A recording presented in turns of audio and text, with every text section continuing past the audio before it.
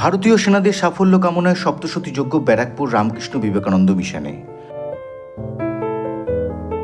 ভারতীয় সেনাদের কল্যাণে এবং সেনাদের সাফল্য কামনায় ব্যারাকপুর রামকৃষ্ণ মিশনে আয়োজন করা হয় সপ্তশতী যজ্ঞ।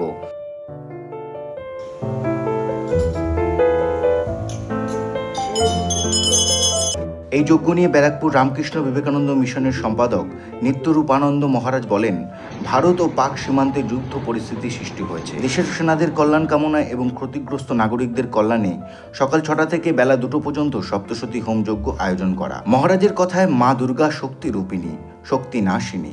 দেশের সেনারা যাতে শক্তি পায় আর পাকিস্তানের অশুভ শক্তি যাতে নাশ হয়, সেই জন্যই এই উদ্যোগ।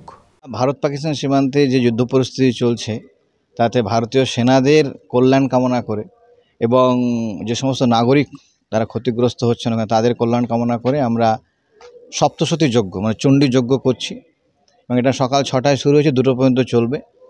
এবং মা দুর্গা, আমরা জানি যে মা দুর্গা শক্তির আধার, শক্তি স্বরূপিণী, দুর্গতি নাশিনী।